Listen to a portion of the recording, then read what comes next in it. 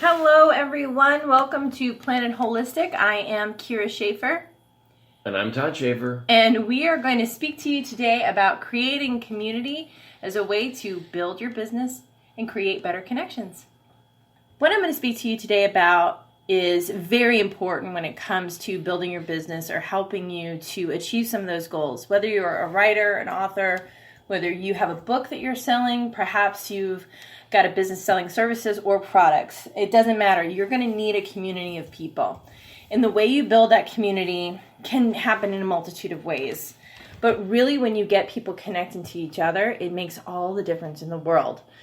So for our publishing company, As You Wish Publishing, we have a beautiful group, an amazing group of authors that have kind of come together.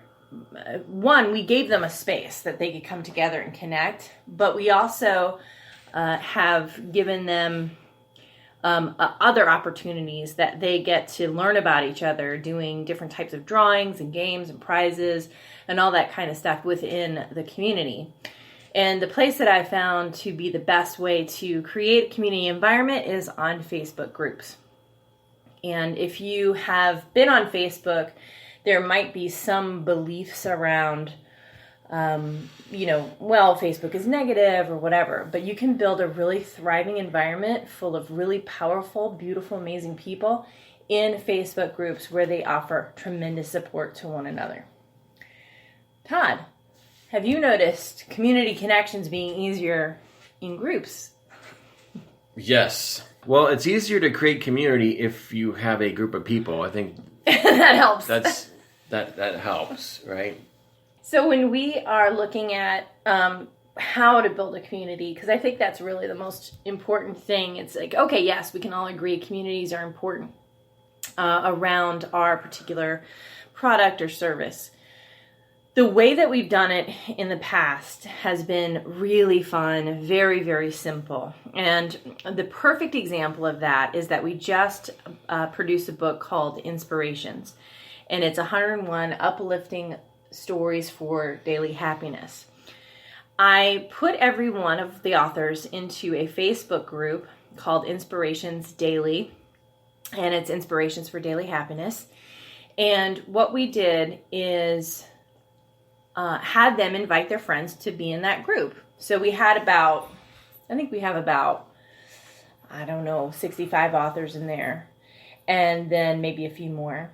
And then we had them invite their friends, and then we just did a bunch of memes every day that were really positive and uplifting.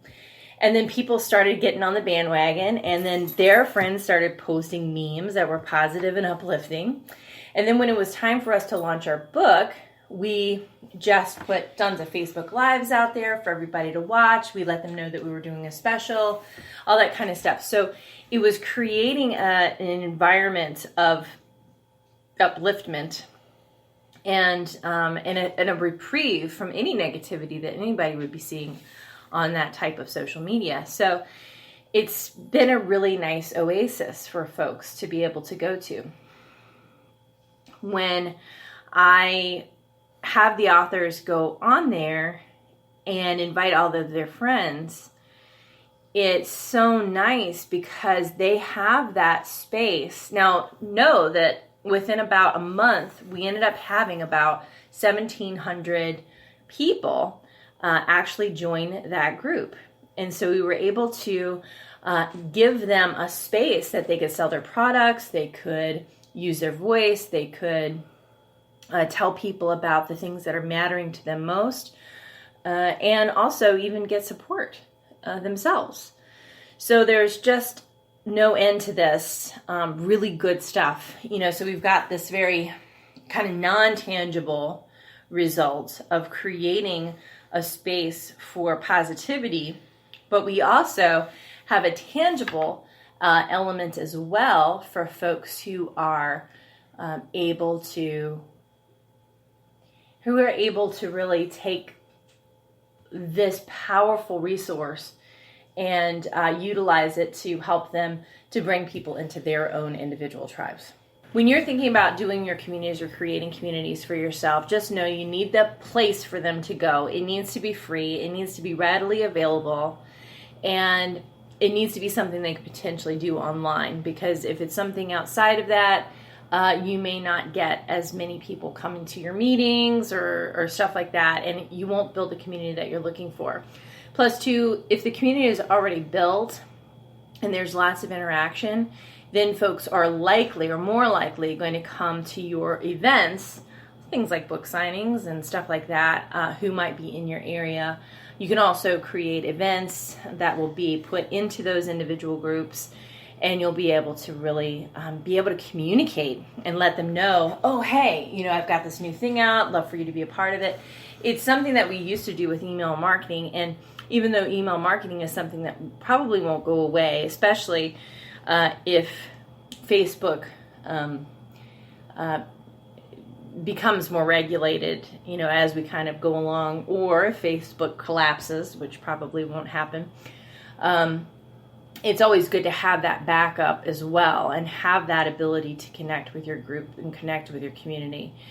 And when you do that, you're able to really help transform the world in a multitude of ways. Just bringing that positivity and kindness into the world through your groups can really make all the difference. Now, with As You Wish Publishing, we have different types of groups. We have our solo book authors who have their own group, and each individual book, we have an authors-only group that we are able to communicate with the authors so that they're able to really stay informed and on top of things and finding out what it is that they're needing to do. So if you have a product or service, even if they've already bought it, put them in a group, connect with them on Facebook, let them know that you care about what it is that they want and need, and things will really grow.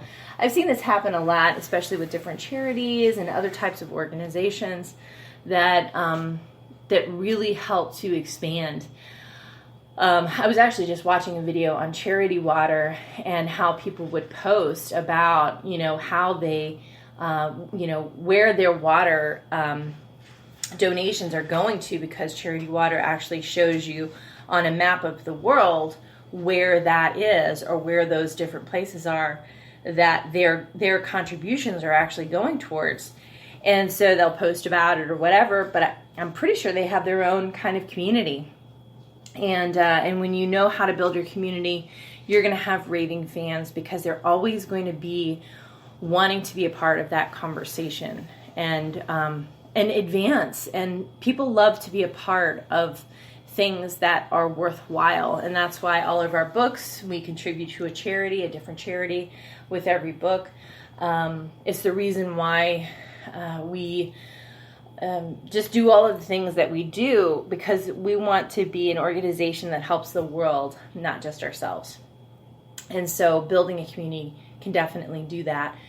So as a result of you coming into being a part of As You Wish Publishing, I've noticed that you get a lot out of these groups that we have out there, especially the exclusives group, because there have been some guest sightings on those exclusive groups, like Kermit the Frog and different things like that. Mm-hmm. We like to play a lot in our communities as well. So it's not just a kind of a funny little, it's just fun little things that we do in our different groups to help us to contribute to just the enjoyment. Right. No, what I could add to this is that, communities are very powerful. It's a safe harbor for people, and it's great for business. Provides social proof. If you enjoy community, then I would say build a business that has a community element in it, and you're going to attract people who enjoy having the same kind of thing. If you're not, then don't, right? But the community can be very fulfilling. It can be great for business, and it just creates that sense of belonging and that sense of connection that really fulfills a fundamental human need. If you have the community element, it really does a lot of the work in business for you, because people like to do business with people who they know, like, and trust.